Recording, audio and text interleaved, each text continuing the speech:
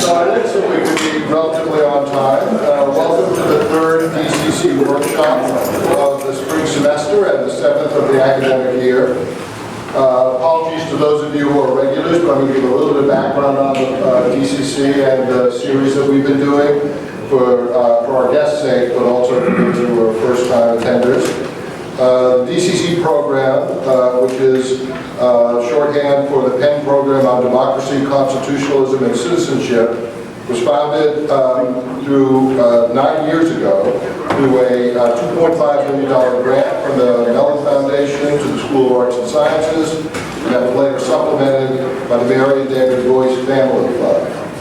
DCC program has basically four major components. The first is a postdoctoral fellowship, which is awarded each year to a scholar working in the area related to the theme of each year's workshops. This year, our discussant holds that position, so I'll be talking about Lisa in a minute or two. The second major component is 3 DCC graduate fellowships, which go to Penn PhD students who are post-dissertation proposal stage and working on their dissertation.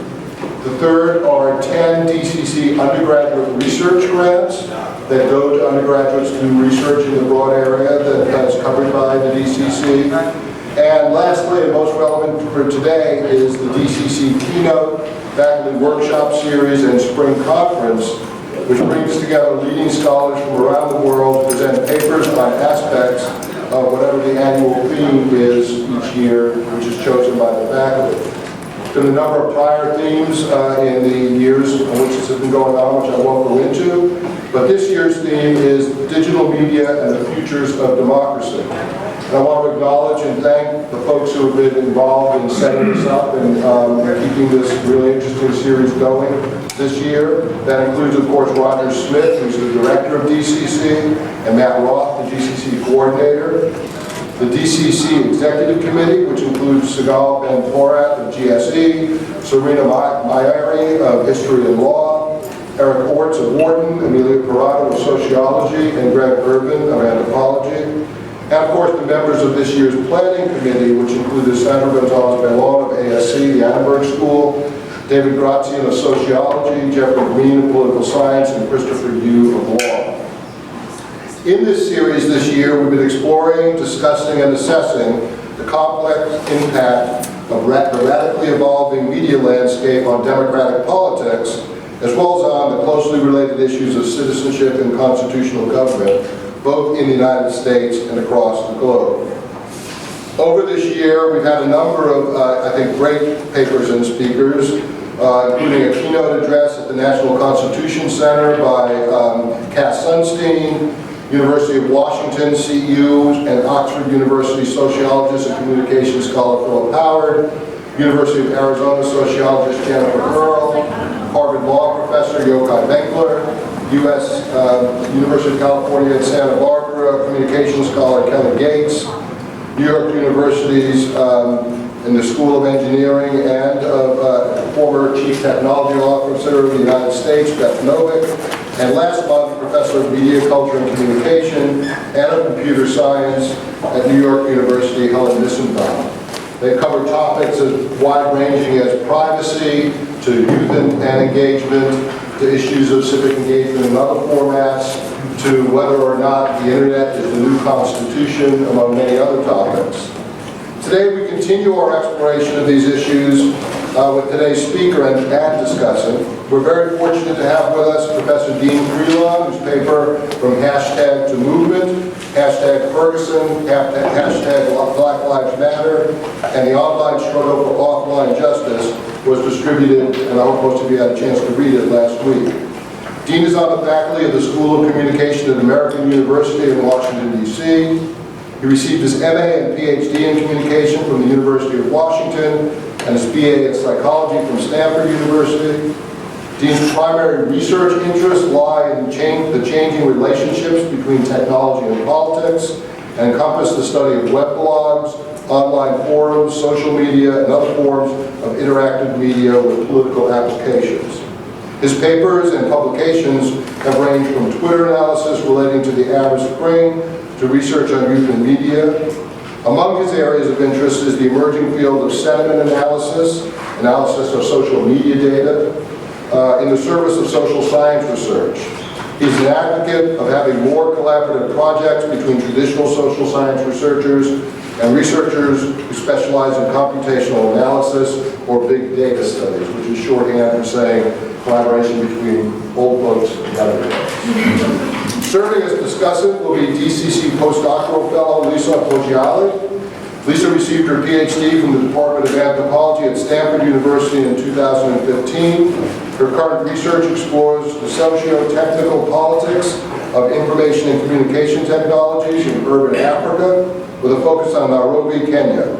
At Penn, she is completing a book manuscript and several articles, as I just heard.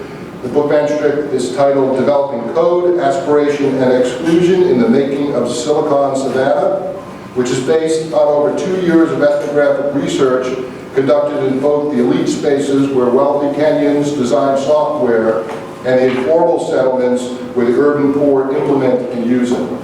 Her research has been financially supported by the National Science Foundation, the Social Science Research Council, Fulbright Hayes, and the Wenner-Gren Foundation for Anthropological Research. Our format will be slightly different than usual, only because rather than a shorter presentation, Dean is going to talk for more like 40 minutes or so, 45 minutes, because in addition to summarizing his paper, he wants to put it in a larger sociological, political, and I think public intellectual context, which should be really interesting given the topic. Be followed by a 15 or 20 minute presentation or response by our discussant, and then opened up as usual to what I hope will be lively questions and answers. So please join me in welcoming Professor Dean Freelon. I'm going to try to speak without the mic simply because I can't read my notes while I'm all the way up here. So hopefully my voice, they tell me my voice is pretty loud, so hopefully that projects out here. Before I start, I do have a very important announcement to make. I just found out yesterday that I got tenure. Associated, so as soon as I sign that contract and turn it back in, then you'll be hearing a lot of this and things of this nature from me in the years to come.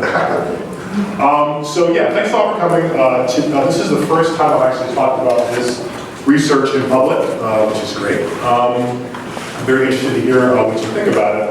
And I want to say right off the bat, this talk goes beyond what I wrote about in the abstract of the paper. Roughly the first half of it will cover a report that was co-authored by myself, Charles McElwain of NYU, and Mary Clark of the University of North Texas. Came out on February 29th of this year. It takes a comprehensive look at the Black Lives Matter movement's use of social media from 2014 to 2015. And since the report is intended for a general audience, this part of the talk will be somewhat less theoretical and somewhat more directly about Black Lives Matter as a movement. Then I'm going to spend the second half discussing the paper, which is more traditionally academic, and that part will be more theoretical and scholarly. It'll use Black Lives Matter to make an example of three broader points about how social movements and their opponents compete for power online. And I think this will work well. I think the specific piece about Black Lives Matter will help to set up the more theoretical piece nicely. And during Q&A, maybe you can sort of focus on whatever you want as you talk about that. Okay, good. First of all, I want to acknowledge just some of our folks who helped us out, getting support out.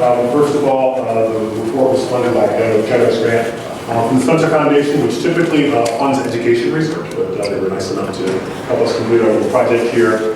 And then, of course, there is the Center for Media and Social Impact at American University, which lent us their institutional imprimatur. We put the report out and also helped us out with public relations as well. Alright, so Black Lives Matter, yes. Before we can talk about Black Lives Matter, we really need to define the term just a little bit. So in the report, we point out that the phrase has been used in at least 3 different ways. So before it was anything else, it was a hashtag. It was created in the summer of 2013 by 3 black female Bay Area activists after George Zimmerman was acquitted for the killing of Trayvon Martin. It wasn't until several months after the initial Ferguson protest over a year later that Black Lives Matter became a household name, and I'll talk about a little bit about how that happened a little later. Next, Black Lives Matter is also a chapter-based organization. While lots of people claim to affiliate with Black Lives Matter, quote unquote, you really do need the central approval of the central office to be listed on their official website. The organization has very specific politics and very specific goals, and it manages its membership very tightly. Okay? There's an interesting contrast between the insularity of the organization and the openness of the hashtag structure. Right? So on the one hand, more membership is better, right? More members are better. With a hashtag, you can attract people with that openness. But on the other hand, it can sometimes be difficult to control a message if you have all sorts of different people glomming onto this idea that you've created, and that's something that creators of Black Lives Matter. Finally, Black Lives Matter is a movement that transcends organizations.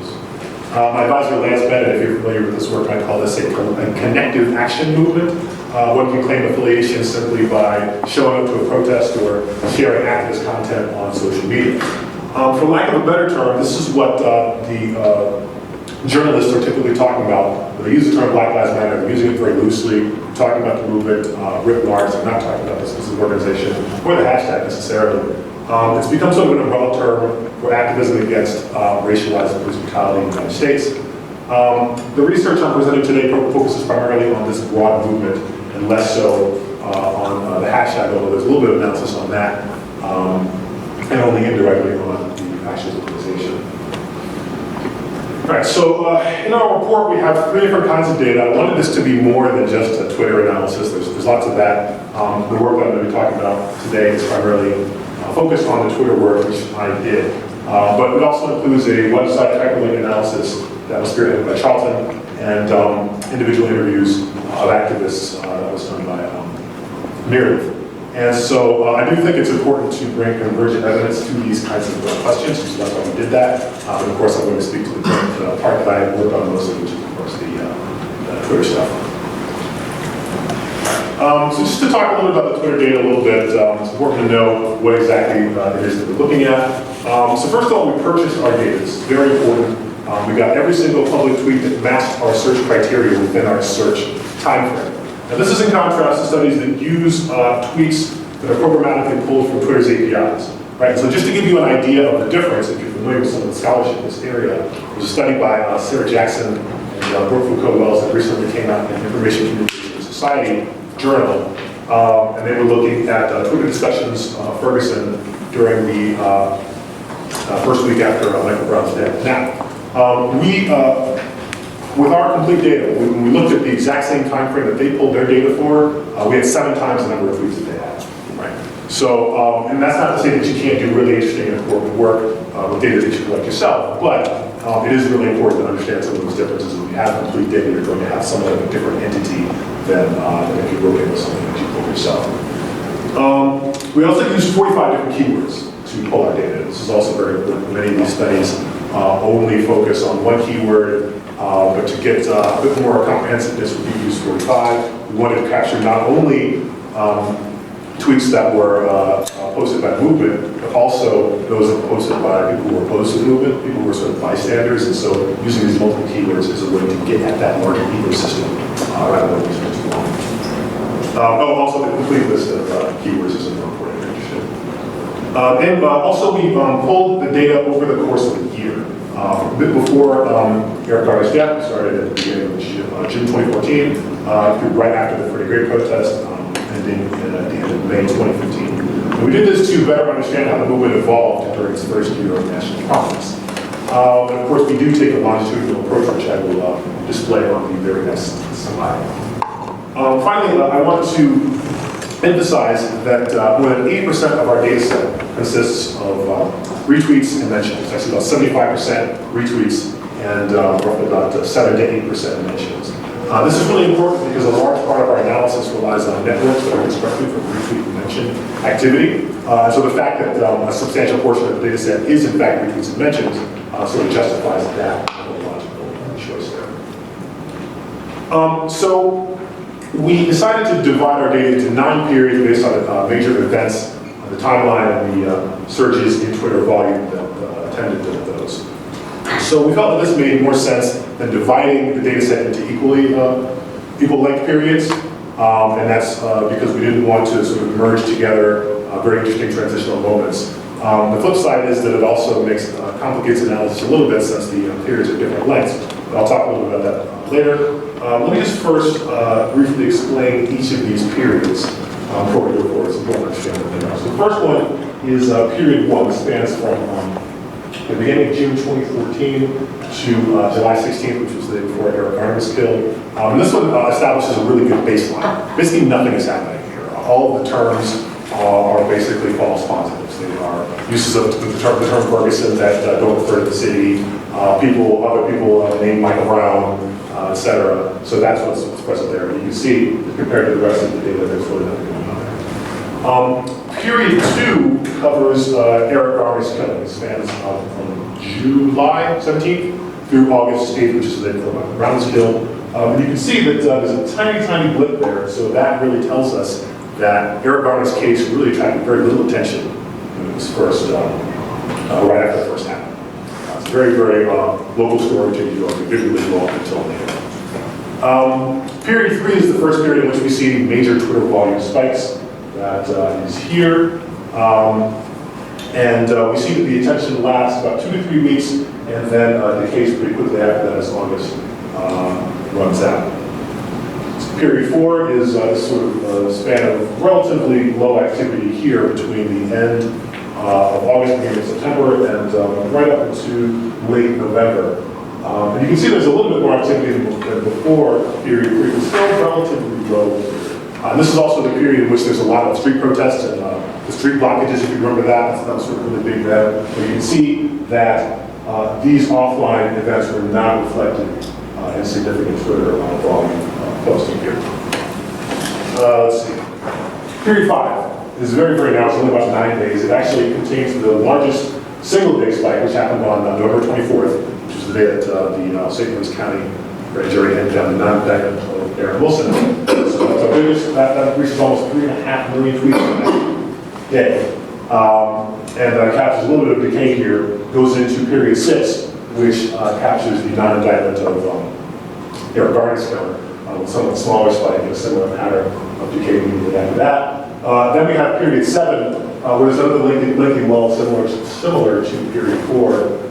There are, again, some very interesting events here, including the release of the Department of Justice report on Ferguson's policing and legal system practices. We don't see any major spikes again until period 8. This one is not labeled, but this is actually the Walter Scott shooting. It's happening in North Charleston, where he was account was recorded shooting him in the back several times. And so we see there's this one's about 2 weeks long. And then the last period is period 9, which captures the really great protest. You can see these 2 spikes at the end of April, beginning of May, and there's a little bit of decay there throughout the rest of the on through the consolidated period. So that's what we've got in terms of how I divided the data up longitudinally. All right, so here are the basic research questions we looked at in our report. So Twitter is really good at answering these questions, who and what. We wanted to look at them at these 2 different levels of abstraction, macro and micro, right? So for the who question at the macro level, we're looking at network communities. Right? So these are networks that were created within each period, and then I'm using an algorithm to decompose them into communities and analyzing them on that basis. For the who question on the micro level, we're also looking at the top 5 most referenced users within each community, analyzing how they tell us what the community is all about. For the macro, the top, so what do these top users say in terms of the macro question? We're looking at the top 10 most used hashtags within that each period, which is very revelatory. And then for the micro question on what do these top users say, we're doing a close analysis of highly retweeted tweets within the different communities. And this one is actually what I'll focus on. So this I'll talk about. In terms of what I'm discussing about the report here. So we focus on that. All right, so there's a whole lot going on in the report, and I don't have enough time to discuss it all in this talk. But I will tell you 3 stories that I think lend themselves to talking about in a lecture format. First is the rise of Black Lives Matter. How did this hashtag really go viral? How did it achieve national prominence in the first place? The second one looks at the role of activist voices vis-a-vis media, mainstream media voices. In many cases, activist voices did in fact attract more attention than mass media on this particular issue. And the third one is the education of the conservative opposition, which I think is a really interesting story and something that speaks to the value of cross-cutting communication. All right, so we'll start off with the rise of Black Lives Matter. So, as I mentioned before, the Black Lives Matter hashtag is created in July 2013 after George Zimmerman's acquittal. And so by the time data collection starts in June 2014, it's been around for almost a year. But it's really hasn't gone very far in this time. In all of June 2014, the hashtag is used a grand total of 48 times by only 29 unique users, none of which are the three activists who actually created it. And so that's less than twice a day in June 2014. So it's really kind of more what it is.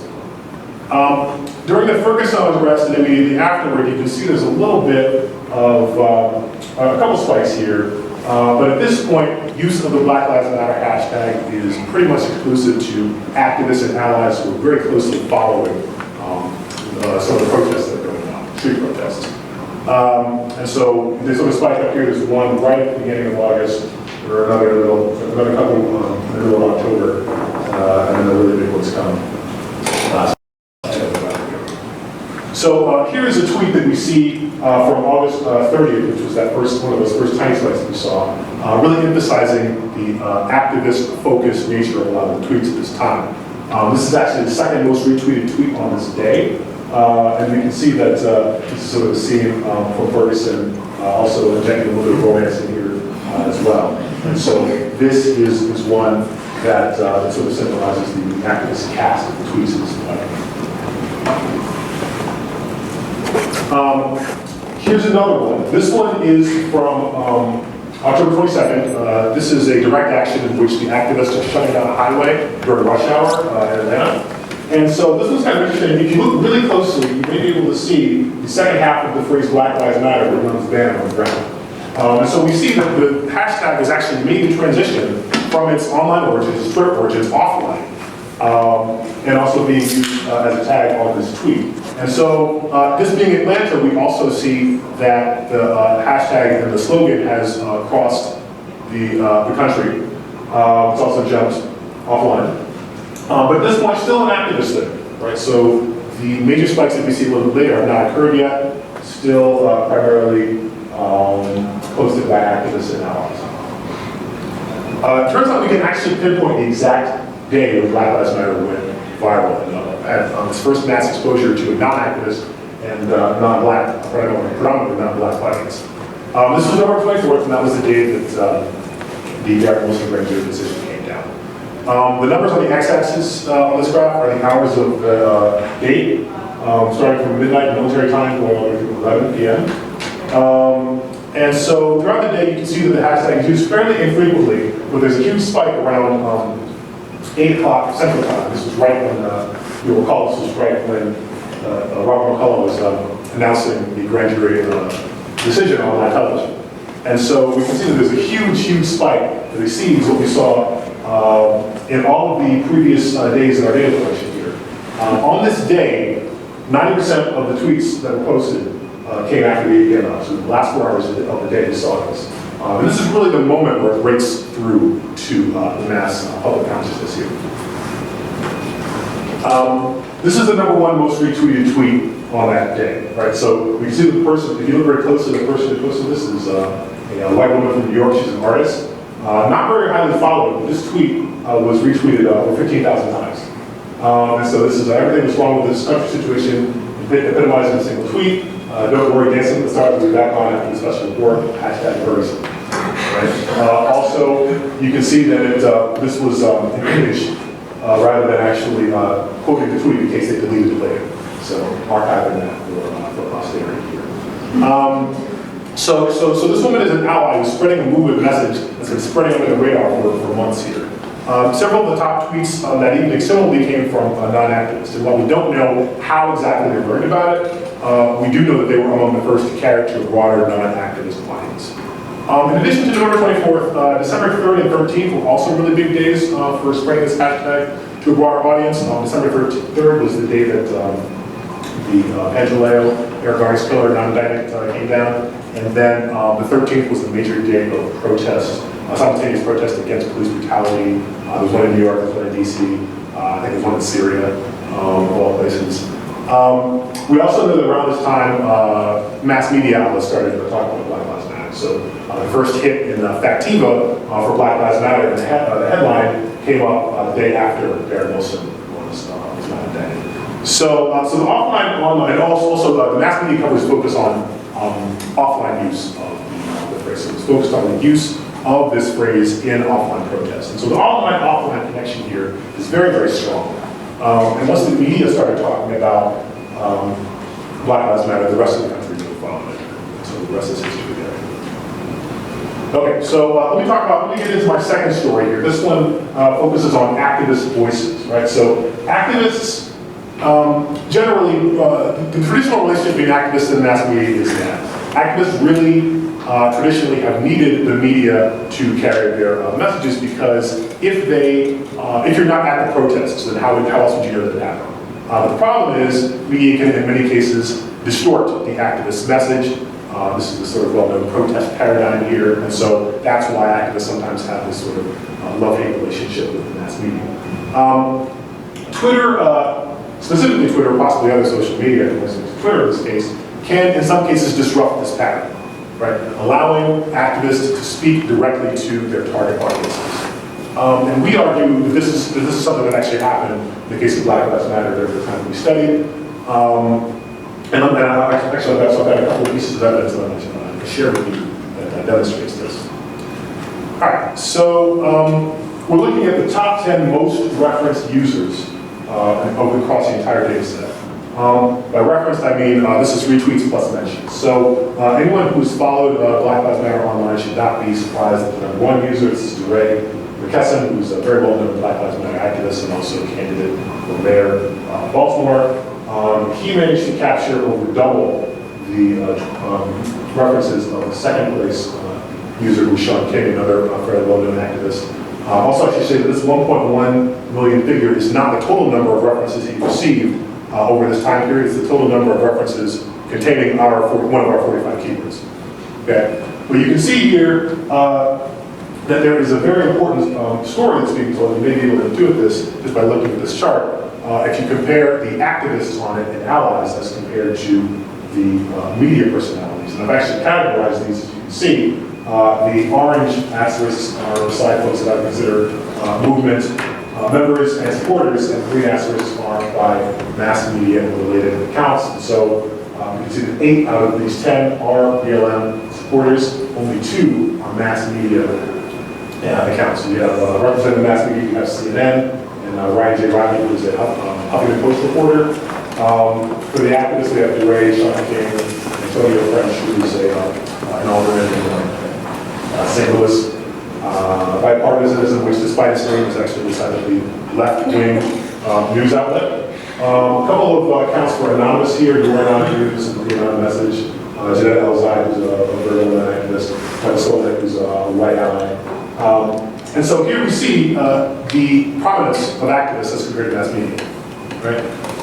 And so rather than the media sort of distorting and doing what they will with the message, we see that these folks are able to communicate and engage with their target audiences successfully without the media sort of meddling from their perspective. So one of the arguments that has been raised against that particular analysis is, okay, well, isn't it true that many of these activists are actually posting mass media content? Which I'll certainly see that point. I don't think it's a huge problem for that particular argument, because much of what the activists are posting in terms of mass media content is media of one of two types. One is stories that really reflect well on the movement, and the second type is stories that reflect poorly, and sharing those for purposes of criticism. Right, we see a lot of leading criticism in this data set. I'll talk about that in the report. But either way, we see the gatekeeping function of these activists. They're posting content that is purposeful. It's not sort of general media feed here. We do go into more detail on this on the report, but we know also that the top 4 most shared sites for this entire data set are media sharing platforms that are used heavily by people in the movement and protest eyewitnesses. Okay? There are a number of mass media sites on this list as well, but most of them are on the bottom half. CNN, Huffington Post, New York Times, Washington Post, and BBC. All of the media sharing sites except Tumblr are on the top half. And so, to sum up, what we have here is a situation in which activists and movement supporters are drawing most of the attention, media sharing platforms are appearing in more tweets than mainstream news sites. Right? So to us, that's strong evidence that Twitter is a space where we're seeing what Manuel Castells has called mass self-communication in full effect here. Right? And now, before I move on, I do want to point out that this analysis only applies to Twitter. Right? So if you mainly got your information about Black Lives Matter from outside the social network, outside of Twitter, then odds are you're probably getting a lot of that information from mainstream media. As far as Twitter goes, you're going to see disproportionate ability to communicate with audiences that's held by activists and their allies. All right, story number 3, the education of conservatives. All right, very interesting. Conservatives, as you might guess, exhibited very strong opposition to the movement. This is a network diagram from period 3, which was the first period in which conservatives emerged as a coherent network community. You can see them right here. I just want to explain how to read this big figure. Each of these circles represents a network community of folks who tweeted and mentioned similar major hub users. And the size indicates the number of members of each community. So you can see the conservatives are not the largest community, nor are they the smallest. The lines between them, the thickness, indicates the amount of communication that's going back and forth between these in the form of retweets and mentions. So you can see that conservatives are actually pretty strongly connected to what I call multiracial left one here in the center. And so even though there is that channel of cross-cutting communication, that communication is not really civil or your deliberative discussion that you would have here. And so let's take a look at, before I get into the education piece, I need to set a baseline. So let's take a look at some of the things that conservatives were actually saying during this period and some of the other ones. So here's a typical thing you would see conservatives say, basically focusing on looters, rioters, so the real victims here, the Ferguson shoplifters. So that's one of the things that they really wanted to harp on. Let's not think about the victims of the police shooting. Let's instead focus on property crime. That's the real sort of travesty here. We saw this repeatedly, 798 retweets. This was not something that was a niche phenomenon, clearly. Here's another one, the sort of what about black on black crime argument, also communicated by a black individual. So this is how you do it. If you're conservative, you say, okay, well, I'm going to find a black person saying what I want to say because if a black person says it, then therefore it cannot be racist. Right? So that's how that goes. And this was enough, again, 1,500 retweets here. Very popular strategy here. Third one, here we see this was something that the opposite of the movement actually focused on, a strategy that they did as well here. Finding a news story, supposedly from an objective source that supports your side of the story. So this is one where, it says Freddie Gray was trying to hurt himself, right? And so they do this while at the same time criticizing the liberal media as being slanted against them and too much in favor of the victims of police shootings and the communities in which they occur. So here's another one. So this is what a little bit of what the conservative opposition looks like. It's not super surprising, I don't think. The specific details of it I think are interesting, but this is more or less what you'd expect. But there were 2 occasions where this general pattern really got turned on its head, and I really think that those warrant some additional analysis here.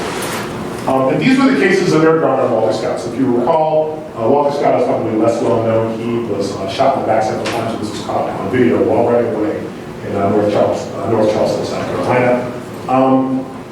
And so in many cases, conservatives actually agreed with the movement on these 2 cases. Now I want to also point out, this was not all conservatives by any stretch. There were lots of people who kept on through these 2 cases criticizing the movement. But there were a fair number of conservatives who did say, well, it actually is police brutality here. And so during period 6 and 8, and so the other interesting thing about Garner was conservatives were not really clued into this incident when it occurred, but they really glommed onto it around the time of the grand jury non-indictment in early December 2014. So that's during period 6, as I labeled it here, and that's when their agreement with the movement really came out. And they expressed themselves in ways that were very different. So let's take a look at some of these tweets. All right, so this one is by Ann Coulter, which I find really kind of amazing, right? Black lives matter more than ethnic tax money. Right? So this is kind of, you can see here, there's a couple of responses here. This is Mickey Kendall, who is a well-known activist on the Black Lives Matter side of things. She says, the apocalypse is nigh, right? So even coming close to agreement with Ann Coulter, sort of as a sign of the apocalypse. And you have Lisa Nice, who is a sort of stalwart Black Twitter, who says, troll. The response here, we see the cross-cutting communication happen, and even some of the disbelief that someone like Ann Coulter is anywhere near the ideological side of Black Lives Matter. Here's another one by Brick Hume, talking about how it's hard to understand the New York grand jury decision in light of the video. And we also see the reply here showing that not all conservatives were on board with creating the movement. This person says, oh, well, if you put yourself in harm's way, should you not take responsibility? Which is actually quite callous. But yeah, this is a lot of the replies were of this nature. But you can see here that Rick Hume also makes a distinction between the Garner case and the Ferguson case, right? So we have worthy victims and then those who are less worthy. This was not a distinction that was made today. Here's one from Ben Shapiro. Ben Shapiro, recently of Breitbart, recently quit Breitbart.com. Well-known conservative news site. If you know anything about Breitbart, you'll know just how well this statement is. So yeah, this could come from, like, you could just take the text of this could actually be something that somebody in the movement actually posted, right, verbatim. So it's really kind of interesting here. We see a little bit of opposition here. And if there was no tape, you'd be screaming out the race baiters and running a GoFundMe for the cop. So even in the agreement here, if this wasn't present, if this video wasn't present, then you would not have believed the dead person. One more, this is from Tim Scott, who's the junior senator from South Carolina, also a Republican. We see the senseless shooting and taking of Walter Scott's life was absolutely unnecessary and avoidable. I'll actually talk more specifically about politicians' responses in the second half of this presentation. But before I move on, I want you to consider two key implications of these conservative admissions. First, we argue in the report that they're evidence of a subtle educational process, not one in which activists tell conservatives what to think directly, but one where activists help tell conservatives what to think about, which then in turn leads conservatives to teach themselves about the case and arrive at the same conclusions as the activists in these two cases. And of course, the important thing to understand is that this never would have happened if activists hadn't brought the issue. They hadn't pushed the issue into public consciousness, and conservatives never would have had the opportunity to educate themselves about it. Second point is, in this era of political polarization, I really think that agreement of this magnitude is really kind of remarkable, right? Just think, if activists can convince skeptical outsiders that police brutality occurs at all in any measure, they might end up supporting policy changes to address the problem. Now, you don't have to have 100% agreement on every single case. You really only need one, because if there's one, then you can insist upon the institutional changes that might actually reduce that number to zero. So, remains to be seen whether anything will come of that, but I think that was pretty interesting. All right, so there's a lot more on this in the report itself. Here's the URL, CMS impact work/BLM report. We'll post this again later. But if you're interested in any of the findings I just talked about, as well as a whole lot more, that's all in there. All right. So that's the end of part one. Part two. This is the more scholarly piece of this, focusing on the paper that I circulated, which presumably some of you read. So the paper's main purpose is to make some progress toward measuring a social movement's online power. Now, there have been attempts to do this before. One way to do it is just to look at, numbers of users and retweets and things of this nature, and then sort of be done with it. I do argue that taking a theoretical approach is a little bit better in this regard. And the reason is because there are specific forms of power that are very important for social movements, but that are not necessarily intuitive or readily accessible. And doing so really helps us generalize these methods to other social movements. And any social movement that uses social media, which at this point is basically all of them. And so I'll be demonstrating the techniques that I'll be discussing using the same data set as for the report. So hopefully I don't have to convince any of you that power is an interesting and important thing to study, but I do want to talk a little bit about some of the thinking that has informed my conception of it. So we have David's up here, power being an elementary concept in social science. I also assume that social media conversations on contentious issues are prime sites of power struggle. Right? Now that sounds really Marxist, and it sort of is, but I don't think it's distinctively so. All it means is that winning online arguments, or the ability to spread a certain set of ideas or frames farther than others, has political consequences. Right? Now, related to this is the idea expressed in this Castell's quote that discourses have power embedded in them. And so one example of this is you can think about differences between the power implications of a phrase like officer-involved shooting as compared to a phrase like police murder. Right? So very different ideas of what's going on here, and the ability of these things to gain power through distribution through very large social networks is quite big. So because power is such a very broad idea, we need to think about the kinds of power that are most important for social movements and how they might be measured and evaluated. And so to do that, I rely on an idea presented by Charles Sidney, who's one of the great sociologists of social movements. And he had this idea called WONK, stands for Worthiness, Unity, Numbers, and Commitment. WONK is a framework that was originally conceived as a set of performative aspects that distinguished 20th century social movements from its predecessors in previous centuries. But Tilly also discussed WONK as something like an index of social movement power. So for one, he stated that movements that had a lot of WONK were strong movements. And that movements with, movements with lots of WONK were in better positions to achieve their goals than movements with less.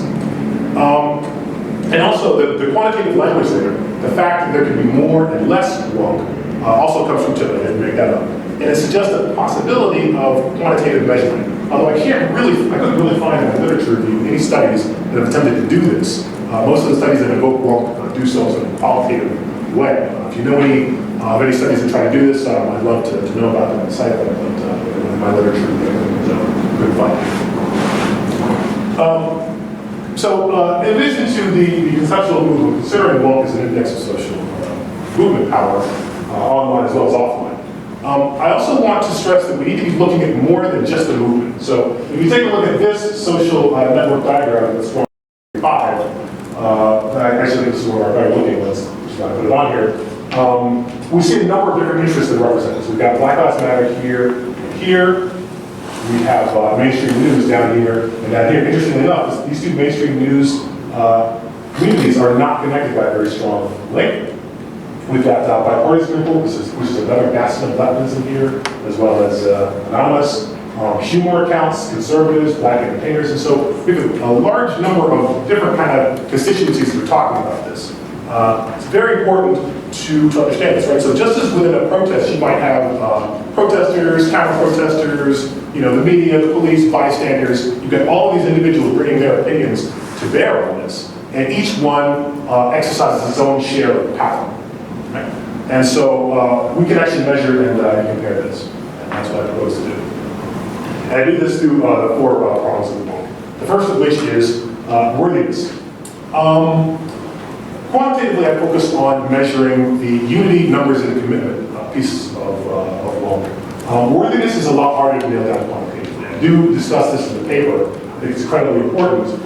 Worthiness for Black Lives Matter is something that is axiomatic. It's literally in the phrase itself, Black Lives Matter, right? QED, that's it. There's no argument that needs to be advanced for that because, these sorts of demands are not made of other ethnic groups. So it's very important. This quote here is from a Dissent magazine piece from last year. The part in the middle really expresses the worthiness of Black Lives Matter, I think, very effectively. The core of this is humanity. Right? Black Lives Matter, we matter. I think this really expresses it as well as anything I've ever seen. I don't think that quantification is really necessary here. If you have any other ideas to the contrary, I'd love to hear them. I think in general it would be hard to quantify this. And so Wunk, I think, is one that the W of Wunk, I think, is one thing we can talk about qualitatively. The rest of it do tend to measure quantitatively. All right, so unity, numbers, and commitment. I try to measure these specifically for Twitter. I don't think it would be that hard to extend these to other social media platforms. So the first one is unity, and for this one, I think this actually works really well with Black Lives Matter because it uses hashtags in such a strategic way. What I'm looking at is something called inequality and hashtag use. You can call this hashtag inequality, you can call it hashtag unity. I measure it with a Gini coefficient of use of hashtags within each network community. The idea here is that communities that are focused on a smaller number of hashtags are ones whose messages are more unified rather than a broader number of hashtags that may indicate dissension in the ranks or people trying to jockey for power in terms of the narrative frames that are being projected. The next one is numbers, which is probably the simplest one. It just measures the number of individuals within each community. You can do that over time as well. So when I talk about members of the community, these are just algorithmic constructions, really. So I have a network algorithm that sort of parses out all the communities, drops them into the little circles that you saw in the previous social network diagrams, and sort of count how those end up unfolding over time. I can talk more about the methods behind that in Q&A if folks are interested. Finally, we have commitment, which I think might be the most innovative of these metrics. And with commitment, I measure something called the repeat participation rate. And what that is it calculates the proportion of users in a given community at time one who are also present in time two. Right? And so doing this at the level of the network community is incredibly important because it helps us to understand which communities members are most and least committed. Right? This also speaks to debates about whether social media in a social movement context promotes repeated and sustained engagement, or whether it just sort of gives us this quick hit, event-driven process that sort of quickly dies down as the next big thing comes up.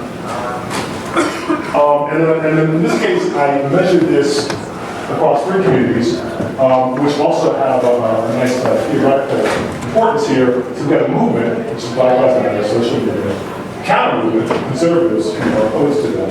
And then we have an unaligned party here, mainstream news. So I don't like the term neutral, I use the term unaligned, but one that at least claims to be on the other side.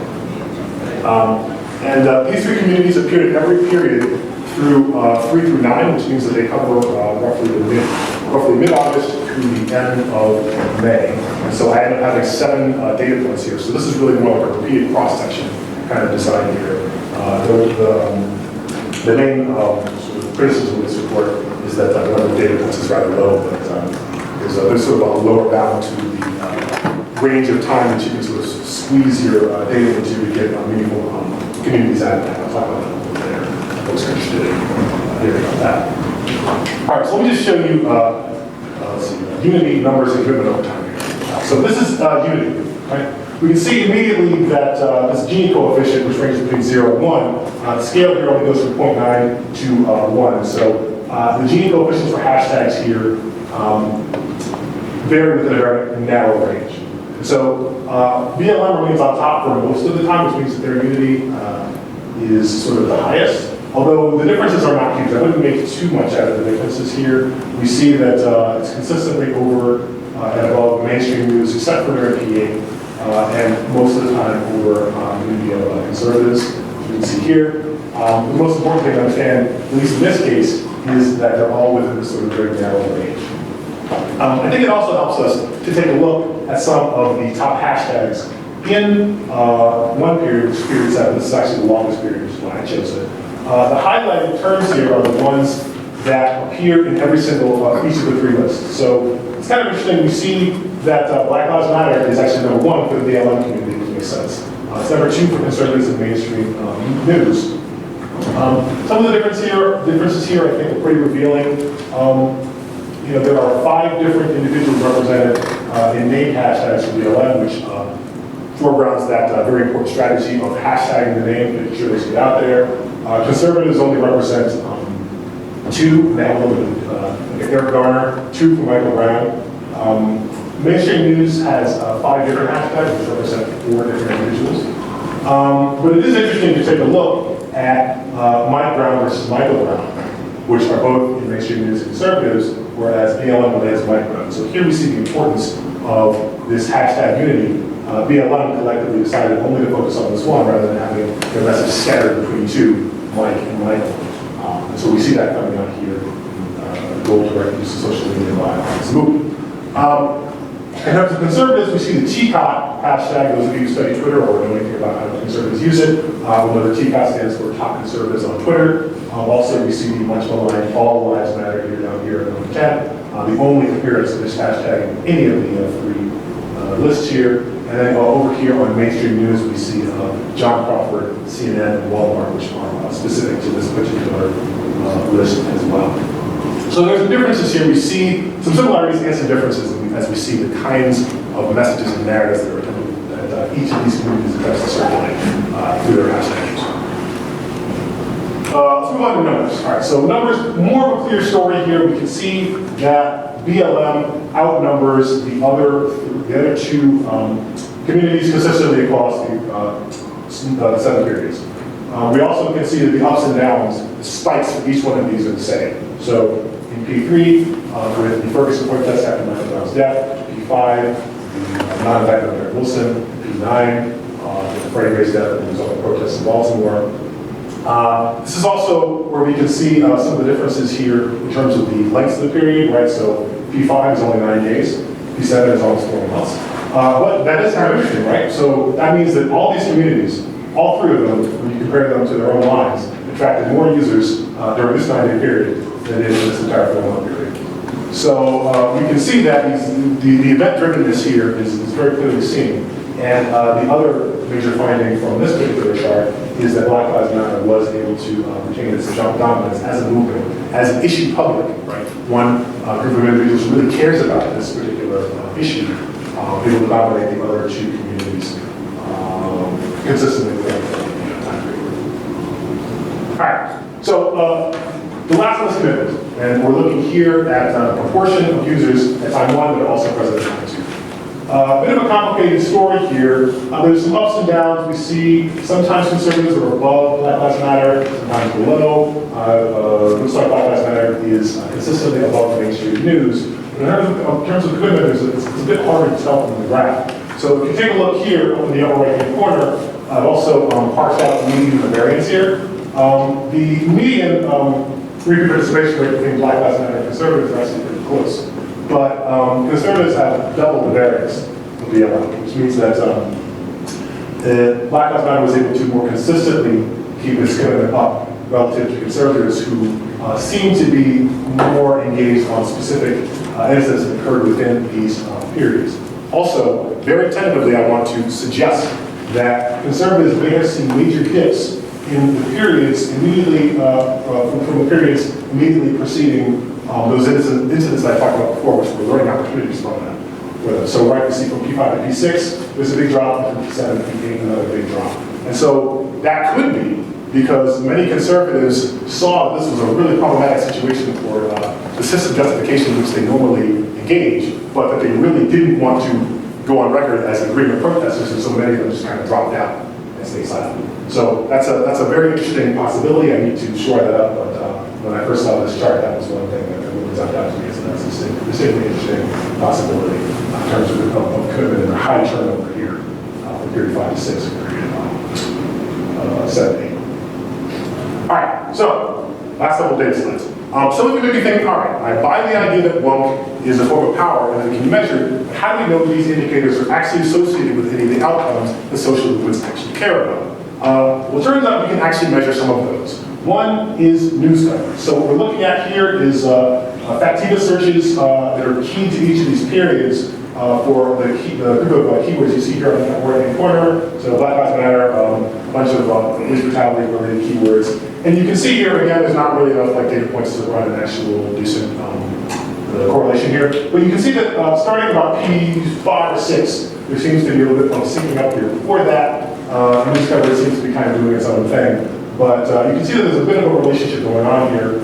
Again, very difficult, possible with this data to prove causality, but definitely an area for research. I got the data, so I just need to straighten that out a little bit.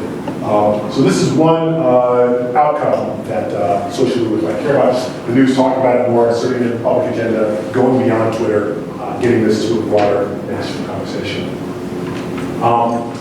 Here's another movement outcome, lead responses, right? So what I did here was I took every tweet by the official Twitter accounts of the President, Cabinet, a bunch of major government agencies, the 113th and 14th Congress, all state governors, the state legislatures of New York, Ohio, and Missouri, and a bunch of other ones. And I counted those, multiplied by a constant theta on the scale. And we can see here that the fit is even a little better than we saw from these coverage. And so discussion of these issues by the movement and by others is seems to be associated, according to this graph, with elite responses. So perhaps even more so than news coverage, this may indicate that the social media activism is having some kind of relationship with propensity for politicians to talk about this on Twitter. So again, more research needs to occur here, but this is the sort of analysis we really need to do, in addition to the sort of theoretical aspect, to connect the social media practices and social movements and their interlocutors with those of the people that can actually possibly do something with the problem. All right, let me sum up. So we have both some BLM-specific findings and some theoretical findings. So again, just to recap, Black Lives Matter really did take a while, well over a year to go viral. But when it did, it's only a slight exaggeration to say that it did so in just one day. Right, very, very quickly within a series of hours, this was pretty much everything.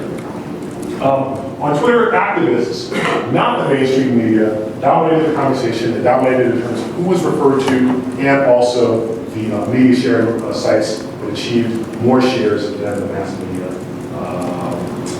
Twitter accounts. Some conservatives learned that police brutality is a real thing. They did so not by listening to what activists had to say, but by evaluating the evidence and taking the opportunity that was presented by activists to educate themselves on the issue. Theoretically speaking, this idea that wonk is a movement of power, this is something that has been swirling around in Twitter's writing for a while, not really drawn out super specifically. I tried to do that in the paper. Wonk's digital traces can be measured. There are a number of ways to do this. I'm certainly looking into alternatives to these suggestions that I offer here. BLM outrights its competitors consistently on 2 or 3 measures. That would be on unity in numbers, the story for because commitment is a bit more complicated. And then, of course, key movement outcomes, namely media coverage and elite response, seems to be associated with these one indicators, although more research is necessary to substantiate that completely.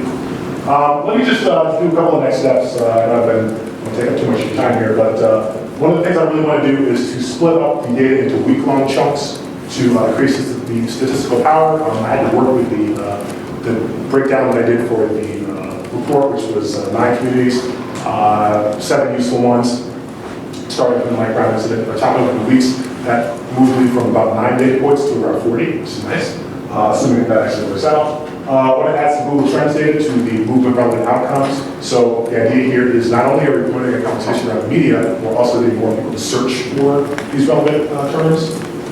I need to develop the argument in my paper a little bit better. Not the best defense thing in the world. I do think there's something there, but I need to spruce that up and that's where we need to go. Conceptually, we want to apply these wonk measures to other movements. Very important to understand whether these also work for movements that are not Black Lives Matter. And of course, I have a number of other Black Lives Matter projects regarding the use of online media, some qualitative, some quantitative, and others mixed. And so you'll see those coming out in my research record over the next couple of years, and so watch out for that. And with that, I will terminate, finish, and then here's my email address, and my Twitter account always on there, so you can talk to me. Twitter if you'd like, and here again is the link to the report, and I'm very interested in terms of hearing what you have to say or Q&A. Thank you.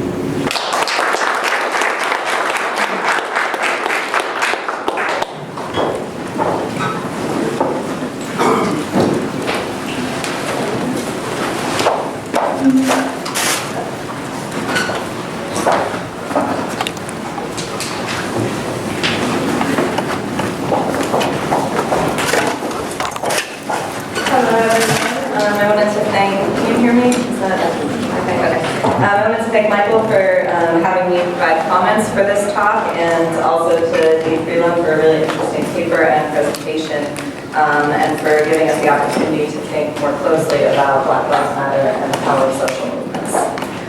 So we were chatting a little bit before this event, and he was telling me how this was a very expanded version of the paper with a lot of new information. And the comments that I prepared today are focusing on the paper itself.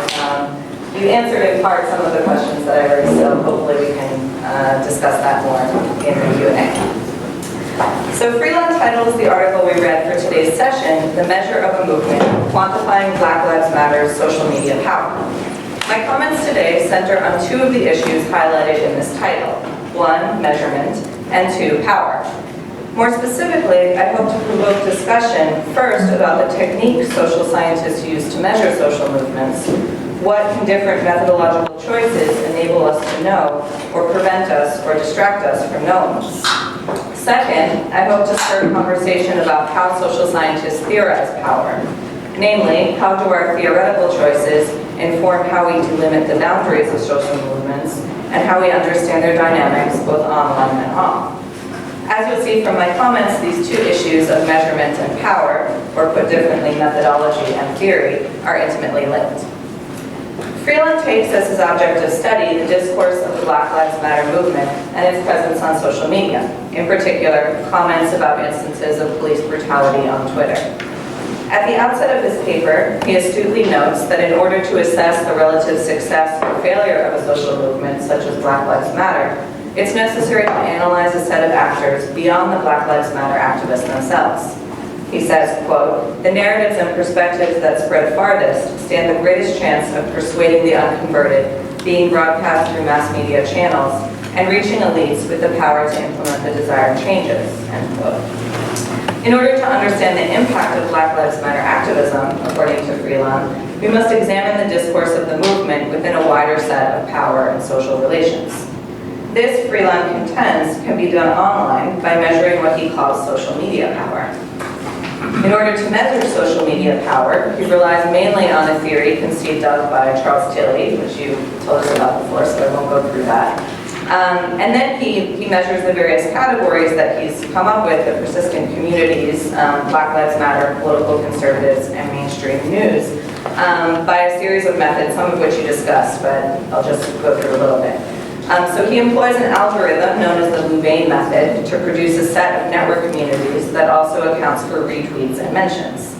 He analyzes the 10 largest of these communities in each period, assigning descriptive labels to them after studying the usernames, profiles, and tweets of their most significant members. Finally, he runs a Python script that groups these communities into what he calls persistent communities, those whose membership base sustains itself across time periods. So as a sociocultural anthropologist, when I hear that the power of a racial justice movement can be measured using algorithms and coefficients, I'm admittedly skeptical. I think of the history of epistemic violence that numbers have affected around the issue of race, from 19th century eugenics to 21st century genomics, and the social inequities that numbers have often helped to conceal. In my own empirical research on digital media in Kenya, ideologies about digitality rely heavily on the purported objectivity and neutrality of numbers. These ideologies are mobilized to actively obscure social relations of power, such as ethnicity and class. State officials justify digitizing land registration records, for example, as a means to combat corruption, as if the politics of patronage could so easily be erased by converting handwritten reams of paper to digital documents whose information is rendered by a series of zeros and ones.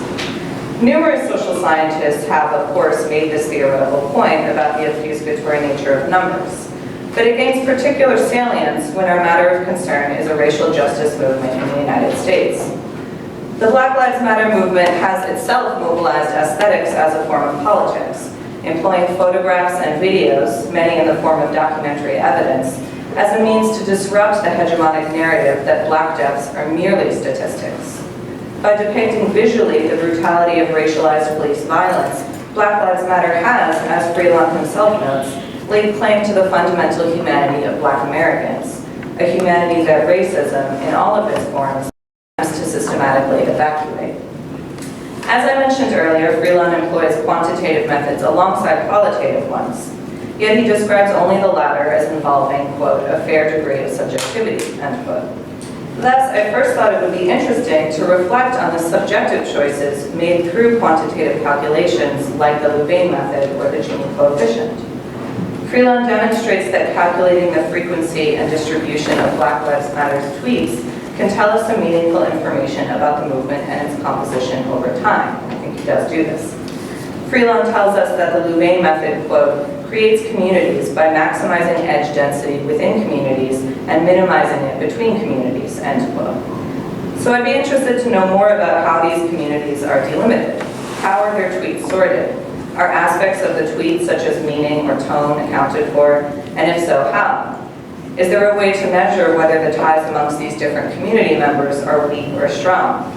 If so, is it true what media scholars have suggested, that strong ties such as friendship encourage local cohesion and overall fragmentation, while weak ties generate relations among communities and lead to societal cohesiveness?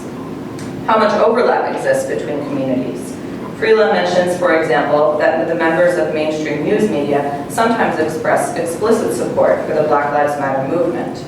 Did the mainstream media also express support for viewpoints held by the political conservatives? How are any of these overlaps accounted for methodologically? In addition to better understanding what the chosen methodologies help us to know and how, I'm also interested to better understand what social relations or processes an algorithm like the Louvain method obscures. My interest in querying what methodological techniques make it difficult for us to see or know is part of a broader desire to grasp the means through which algorithms enact the social work of producing the communities that we then study. This is a theoretical issue as much as it is a methodological one. My larger question here is thus not so much about methodology understood as a series of steps to render intelligible large amounts of data, but rather it's a question about how methodological choices orient our analytic attention in particular ways. In the case at hand, for example, what conclusions about power might emerge were Freelon to first qualitatively sort tweets into categories of communities based on an analysis of the ways in which the tweets related to one another, and then second employ a quantitative analysis to recognize patterns and frequencies of particular tweets of the communities. So essentially, I'm interested to hear more about the link between methodological design and theoretical conclusions. So second, power. Freelon states that he hopes his work contributes to a theoretical conversation about how power circulates in social media discourse. He draws our attention to two distinct understandings of power. In the first, power represents the ability of a movement to use social media to distribute its message widely, fairly consistently, and over a relatively long period of time. And these are the elements that can presumably be measured using Tilley's metric. Whether the online Black Lives Matter activists, for example, showed high degrees of unity and commitment and a large participation rate. Here, social media power seems to correspond roughly to a robust social media presence, and Freelon concludes that of the three groups, Black Lives Matter, quote, wields the most power online, end quote. In the second understanding of power, Freelon refers to the political goals of the social movement itself. After all, Black Lives Matter is not a social media movement, but a social movement. And as Freelon says, their ultimate goals include changing public discourse around race and reforming racist policing practices. So while the first conception of power is instrumental in that it can be measured by determining the extent to which one's data concurs with the metrics of unity and consistency of online discourse, the second is substantive in that it can be measured by observing changes in racial dynamics in the social world at large, especially as they relate to policing. Freelon links these two theories of power by suggesting that, quote, the narratives and perspectives that spread farthest stand the greatest chance of persuading the unconverted, being broadcast through mass media channels, and reaching elites with the power to implement the desired changes, end quote. I want to turn this conclusion into a question. Does the presumed unity and persistence of a particular group mean that their hashtags are galvanizing support from outside the movement for anti-racist action, or making inroads with political figures or other advocates who have the ability to change policy or legislation? And you did give us a partial answer to that at the end. The larger question to consider is, what is the relationship between offline and online activism here?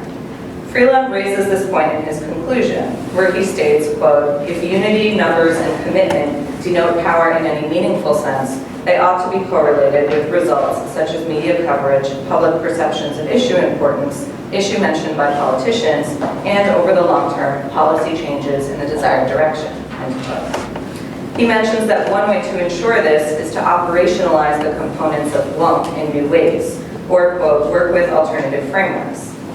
Given this, I'd be interested to hear what potentials exist on this front, or what more useful frameworks Freelon has in mind. Would it be useful to discover, for example, what percentage of Black Lives Matter Twitter users engage in organizing, advocacy, or protest offline? I'm reminded of a striking example discussed by anthropologist William Mazzarella in his work on information and communications technologies in India. He recounts how the village council in the village of Bellandur began transmitting its proceedings live by closed-circuit cable TV to the local population. The village council did this in the hopes of bringing more transparency to local decision-making in an environment in which local officials routinely pocketed sums of public money. These televised broadcasts became quite popular with the local population. Once a year, the village held a larger meeting in which district officials were also invited to the table to discuss future policy provision and implementation. This meeting, too, was televised. Villagers and officials alike displayed so much enthusiasm about watching the broadcast on TV that few people showed up to the actual meeting. Instead, the villagers, from the comfort of their own homes, watched themselves not participating in the village assembly. Quote, "One is either part of the political process or one is a spectator of a spectacle," Mazzarella writes. "Making a change means getting off the couch and stepping into the street." Granted, as Mazzarella himself notes, television is a different medium than the internet, and the interactivity that the latter affords arguably allows for both spectatorship and participation at the same time. But take another example from the Black Lives Matter movement itself that does concern internet use. In August 2014, hip-hop artist and activist Talib Kweli traveled to Ferguson to partake in protests after white police officer Darren Wilson shot and killed Michael Brown, an unarmed black 18-year-old. Kweli says, quote, "I'm on Twitter often. I love Twitter." And this is in an interview on CNN. He says, "But the retweeting and everything, it doesn't have an effect without bodies on the ground, without flesh, and people actually showing up. Twitter movements, even the movement in Egypt, without the people on the ground, actually there is no story." Kweli compares the Ferguson protests to Egypt's Arab Spring, and to be sure, the argument that social media power is only as effective as the offline activity it elicits is a persuasive one. But Kweli's points about bodies on the ground has particular resonance when we consider that the body itself is a fundamental battleground in the struggle for racial justice and against police violence. The Black Lives Matter movement's struggle to have the fundamental humanity of Black people recognized is in part a struggle to reclaim Black bodies from the violence that has been historically inflicted on them. This is why Ta-Nehisi Coates calls the fight for racial justice, quote, "the fight to secure and govern our own bodies," end quote. The shootings, stranglings, and beatings of unarmed Black Americans by mostly white police officers cannot be disaggregated from racist depictions of Blackness, which often figure Black people as possessing an excess of physicality, barbaric amounts of brute force that purportedly need to be controlled and disciplined. Institutionalized systems of violence, such as colonialism and slavery, justify themselves in part by arguing that enacting this discipline and control over colonial subjects and slaves was in fact a moral project. Contemporary police brutality in America is a legacy of these systems of bodily intimidation and dehumanization.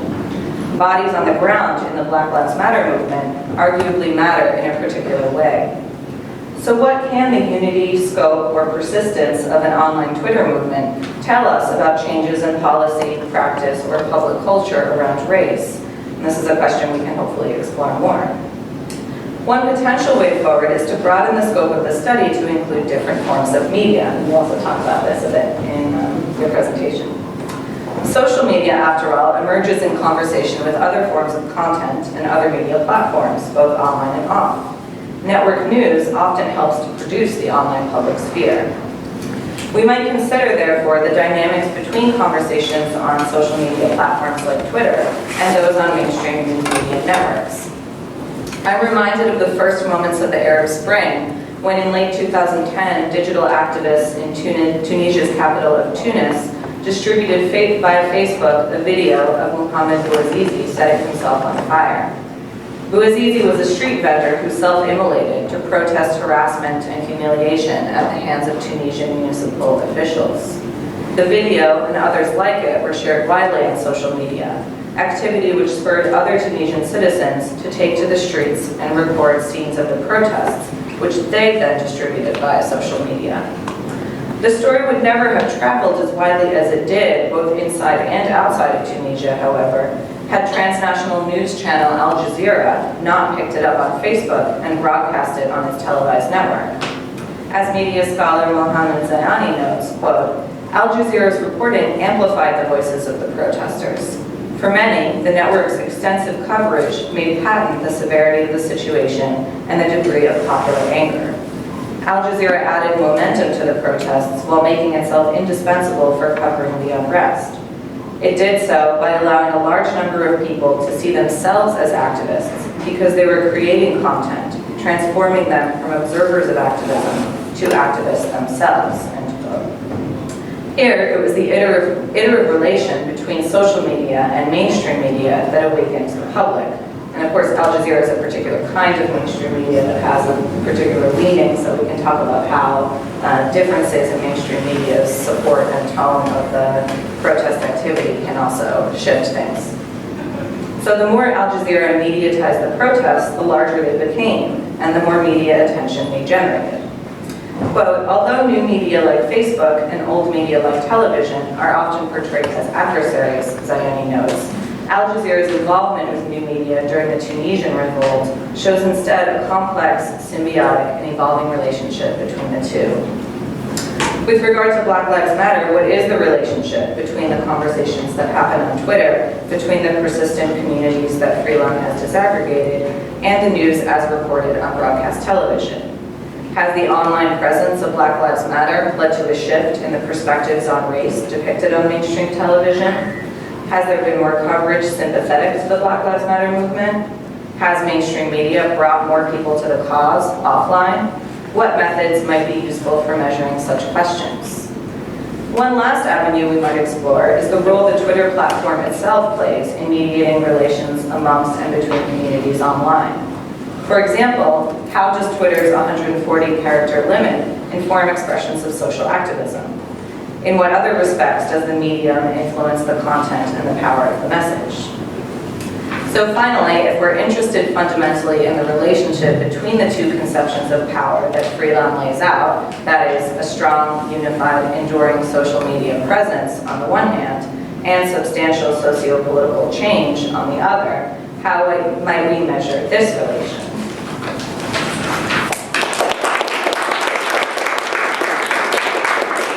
So, given the time, why don't we open it up to questions, and then questions, then Dean, you can respond to them, and hopefully they'll intersect some of the comments that Lisa made, and also respond to some of the Lisa's points as well. So, Sure. Should I stand up or sit down? you can do what you'd like, and sitting down is absolutely fine. Yeah, maybe I should stand up so folks don't have to see it. Question?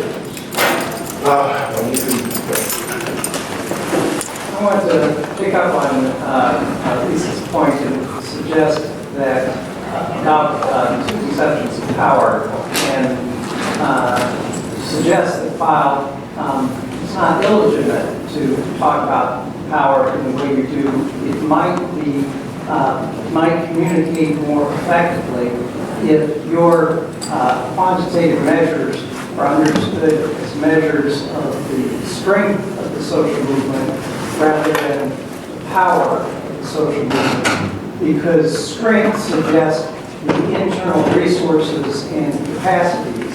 That's not unrelated to power, but in many literatures we think of power more as the exercise of those capacities affecting the behavior of others, the outcomes that you talk about in your paper and that she talked about.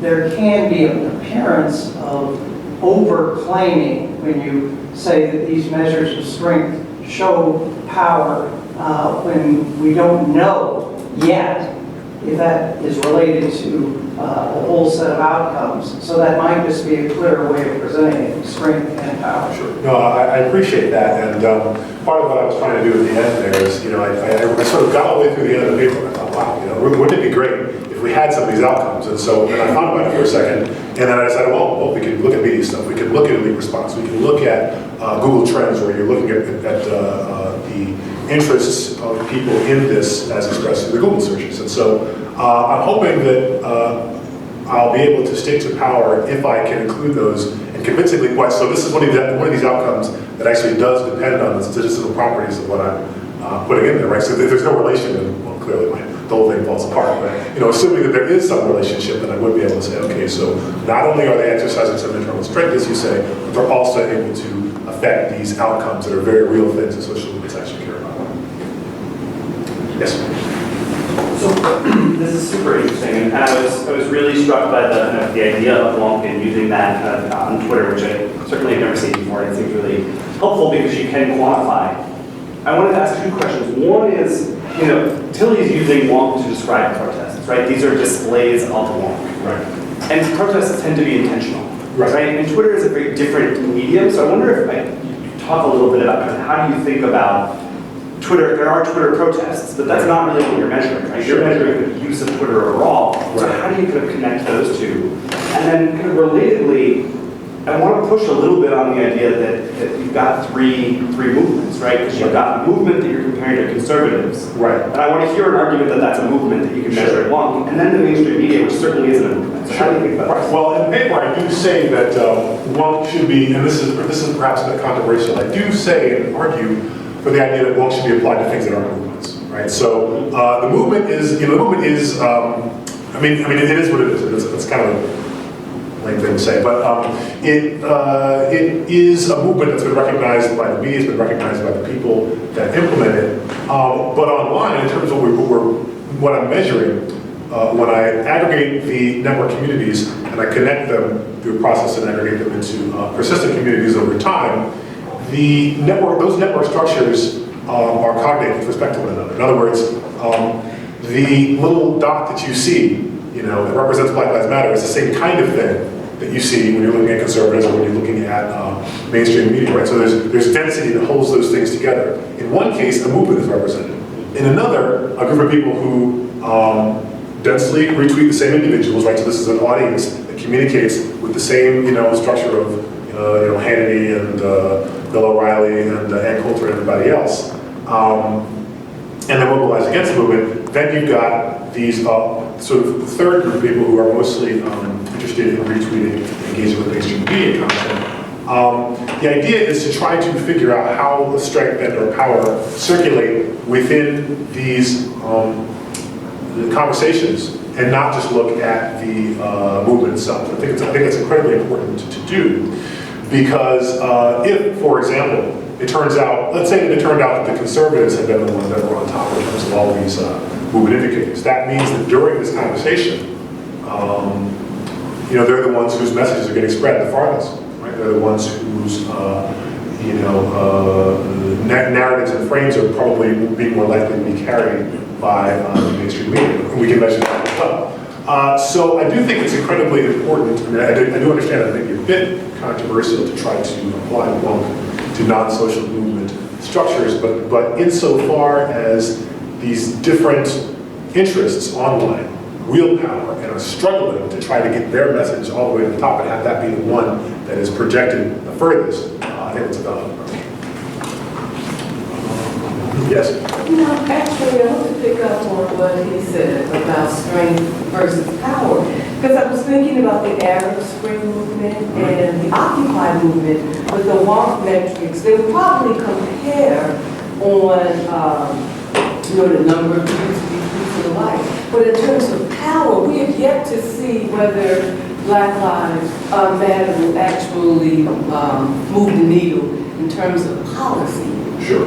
Yeah, that I think is really, the brass ring in terms of what we're trying to do here. So I tried to frame the paper as a single step in a larger research program, right? So, and this I think is something that's extremely difficult to deal with and to engage with when you're trying to study the social movement activities of social movements. And that is the fact that the digital traces that are left by social movements are, in some ways, quite easy to analyze. I mean, they're not easy, right? I mean, they're not like easy in sort of objective sense. But when you compare that to what we really want to know, which is, as folks have mentioned, like, does social media protest and activism actually change anything policy-wise? So the analysis that I've done is much, much easier than that. So to some extent, yes, I am guilty of, studying things that are actually available to be studied. This is one major criticism of sort of large-scale study of social movement, as well as studies of social media data, which I'm totally guilty, and I suspect other people in this room are as well.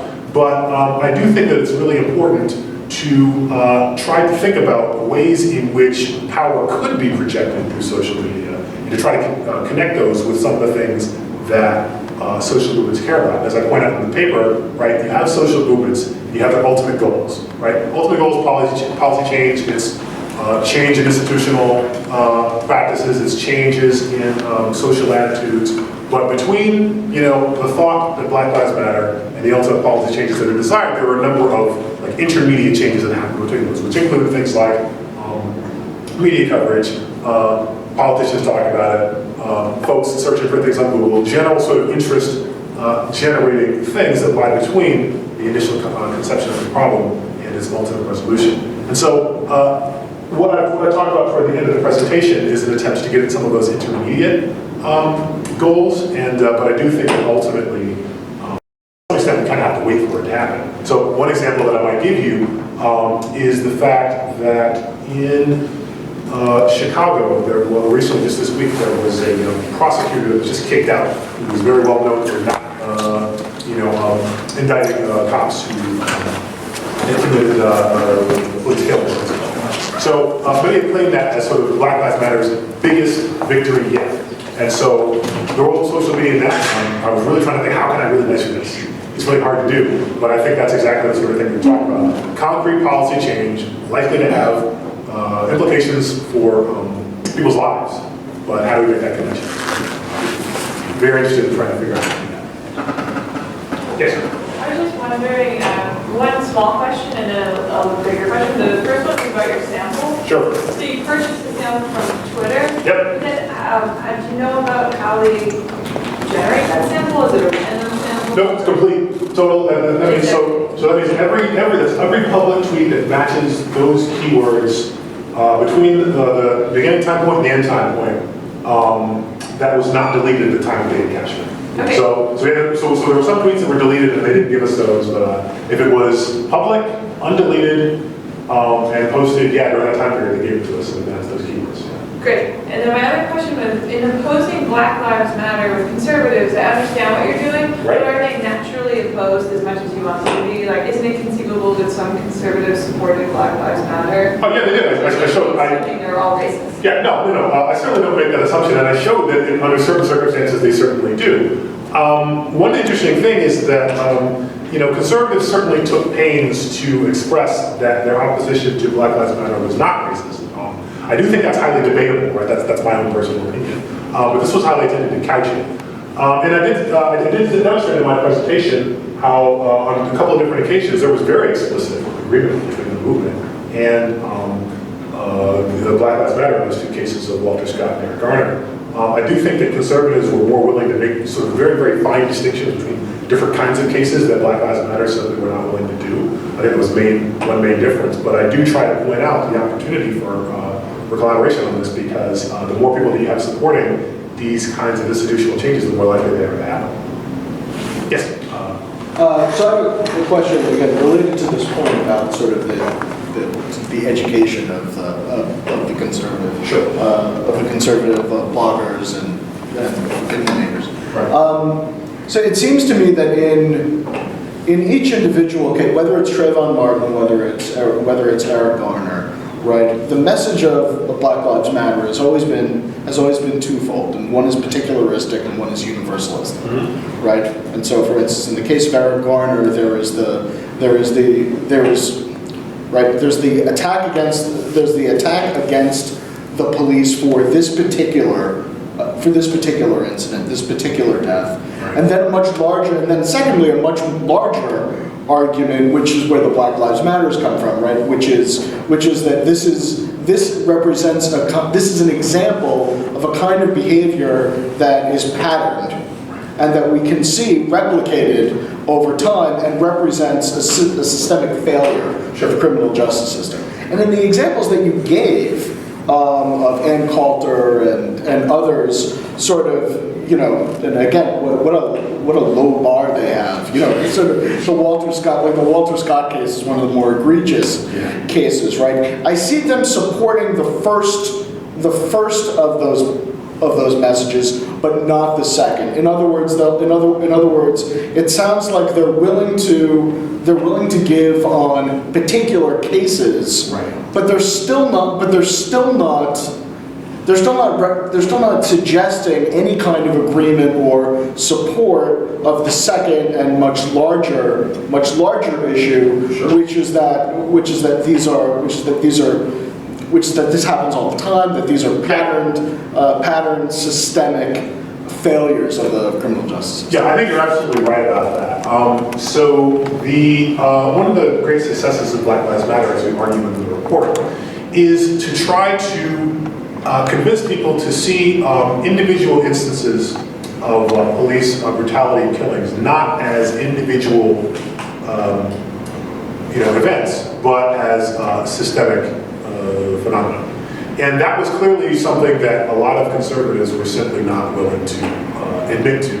But I still think it's notable for no other reason than think about the tribal nature of politics, right? I mean, we're in an era where we see unprecedented Republican intransigence against Obama's agenda, right? So it doesn't matter what it is, stuff that the Heritage Foundation was supporting just a few years ago in Obamacare, and now they're acting like they're against it, right? So we're in an era in which agreeing with the other side seems to have very little to do with the substance of whatever the policy is, and more to do with I am defining myself in opposition to those folks over there, right?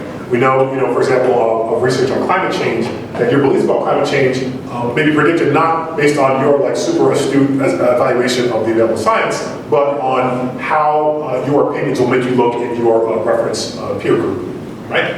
So the same thing is here, and if you apply that general logic to this case, I'm sure a lot of conservatives must have been thinking, wow, how must this Black Lives Matter-ish statement, to whatever extent it may seem to inch in the direction of the analysis that they projected, make me look among my conservative buddies who, think the cops are great and think there's no systemic problems and it's all personal responsibility.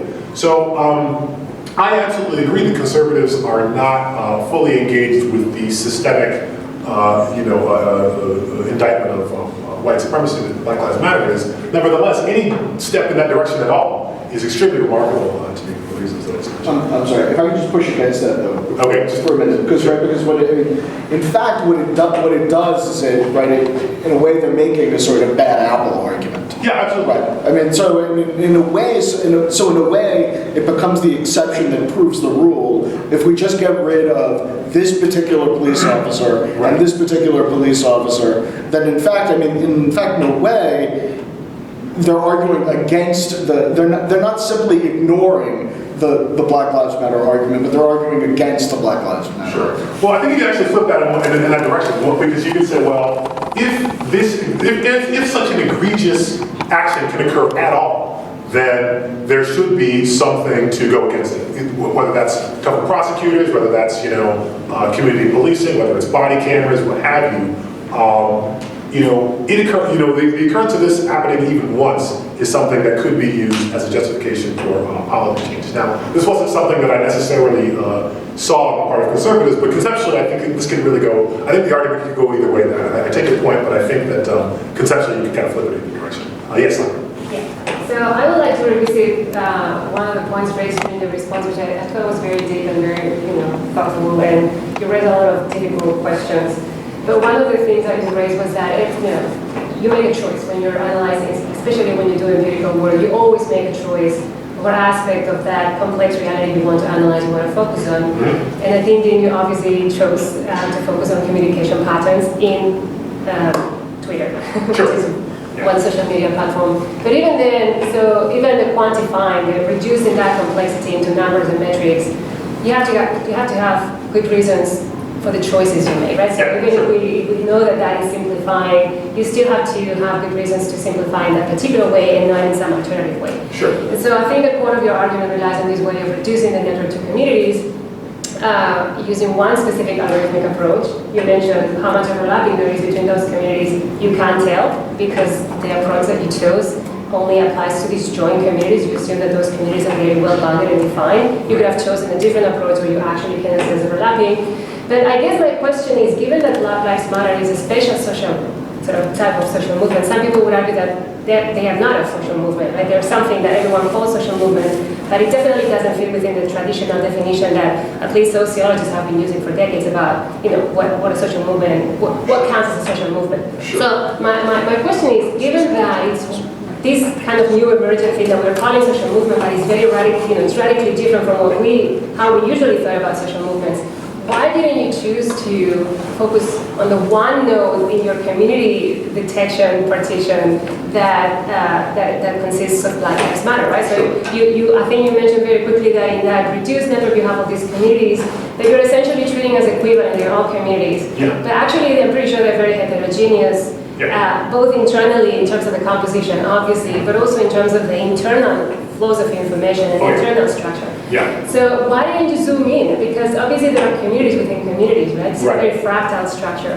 Why didn't you zoom in into the one big community called Black Lives Matter to try to understand this new kind of social movement? Because that's the whole point. Yeah, well, the answer is you get more publications that way. Yeah, so absolutely, that's something that I think is important to do. Also, I want to say that overlapping is certainly something that we can analyze. As you saw on the social network diagrams that I have, those the lines between the communities are the overlap, right? So we did see, for example, in the one question, actually, if I can just,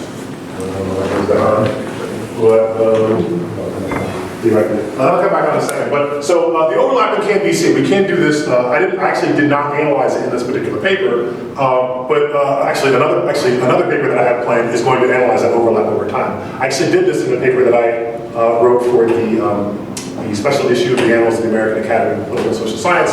It came out last year. I analyzed the overlapping over time of similar network communities that we're talking about Syria over the course of a couple of years. So that's certainly something that can be done. I think this is a case of, yeah, you can't do everything in every paper. I do think there's value in talking about different network communities. Back that up here real quick. I think there's a value in talking about different network communities as they relate to one another, right? So we can see the overlap here. Huge overlap, in fact, between Black Lives Matter and conservatives, right? Where's the overlap? I don't know. So the overlap is in the communication, right? So it depends on what you do that overlap, right? So what? I was referring to membership overlap. Right. So membership, right? So yes, the movement method is a disjoint method, so it does force you to place. It forces you to place individuals into the community that fit you best. But the connection between these indicates that, for example, conservatives will be frequently mentioning and retweeting folks over here, which is the same relationship upon which this community is constituted. So in real ways, this does indicate some overlap in terms of retweeting and mentioning communication patterns between these. And so what I've shown through qualitative analysis, showing you actual tweets, is that the communication that occurs is cross-cutting communication that is in many ways quite competent. Right? Like it's not, okay, this is great, or I really agree with you. It's generally speaking, you're really wrong, you're so terrible, like blah, blah, blah, these sorts of things. And that was, I sort of threw that up a little bit in some of the tweets that I was able to show, but I certainly could go a little bit deeper into that. But yeah, so one thing that I probably should do is post the density levels of each of these, so that will show you, for example. I suspect that the ones with the fatter lines shooting up with them are the less dense ones. The ones with the Spanish language one is very, so I'll tell you right there, because that very, very skinny lines come out of that one.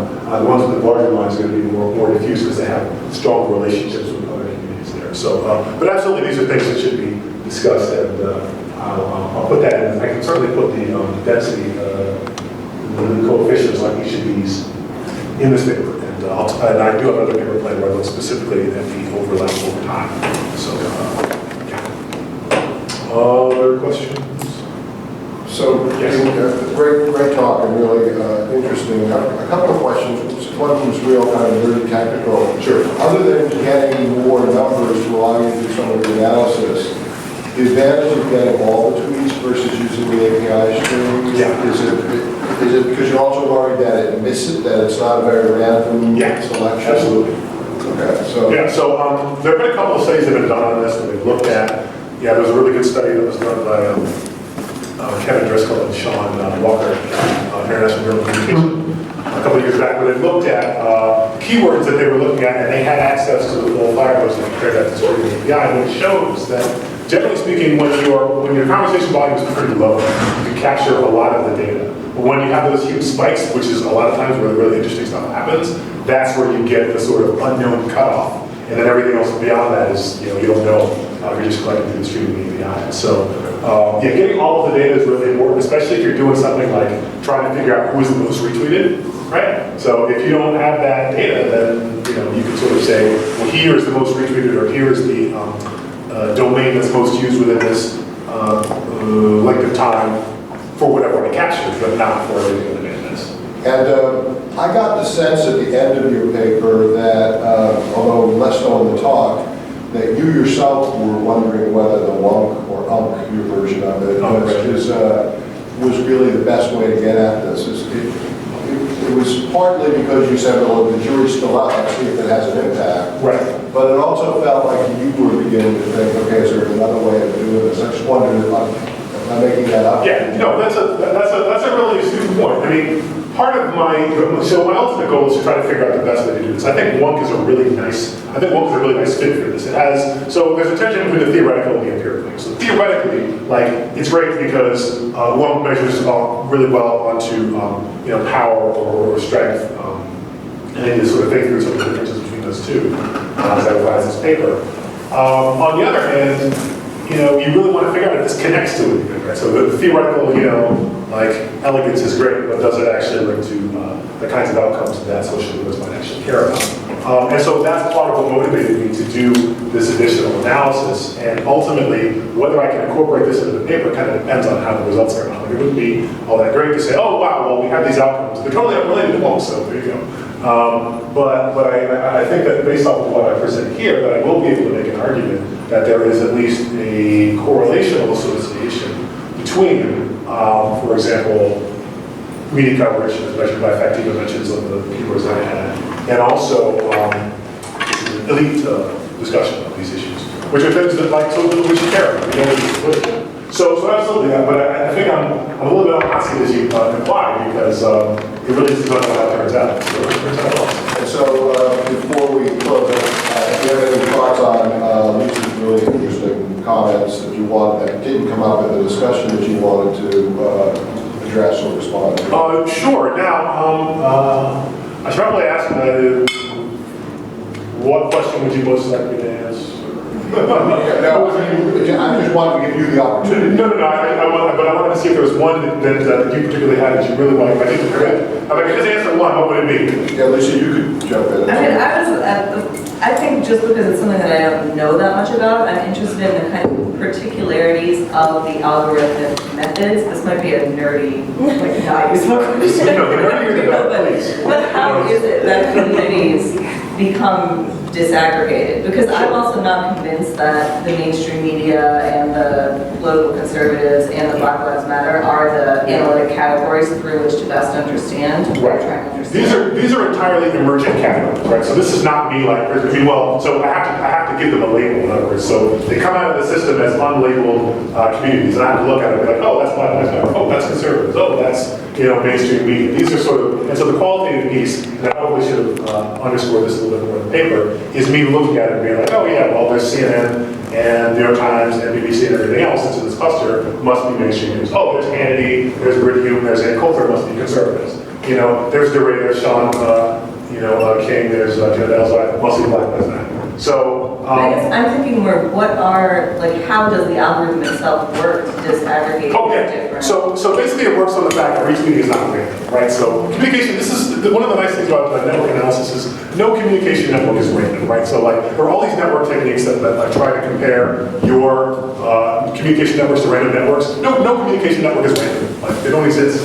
So it's great because when you look at retweet networks, people tend to retweet individuals, and they, among themselves, between the retweeting and the mentioning, they have similar retweet and mention profiles. In other words, if I am a person, like an average person, not like somebody who has like a whole lot of like Twitter followers, and I'm really interested in Black Lives Matter, it's highly likely that I will retweet and mention and talk about a similar group of people as other people with my same concerns, right? And it is that assumption that allows me to constitute and label these particular communities in that way. Same for conservatives, right? If I'm on the right-hand side of things, if I really care about the way the conservatives have framed this issue, my retweet profile will be similar to others who believe the same thing. So because of that, the algorithm basically looks at the density networks in terms of retweet and mention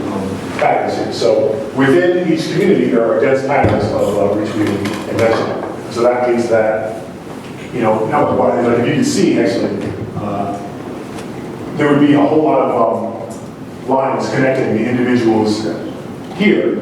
It's just a flat, color, but this is sort of reduced from a larger network set. I did that in part because there are millions of tweets represented here. It's very difficult to project them all. Also, whenever you have all the nodes on here, you get sort of that wonderful, like, hairball effect, where there's all this sorts of stuff going on there. Oh, this was a sort of an easy way to take a look at this. And so when you get that density within a community, the algorithm recognizes that and categorizes them within a single community. Now, as you point out, these communities are not completely discrete, right?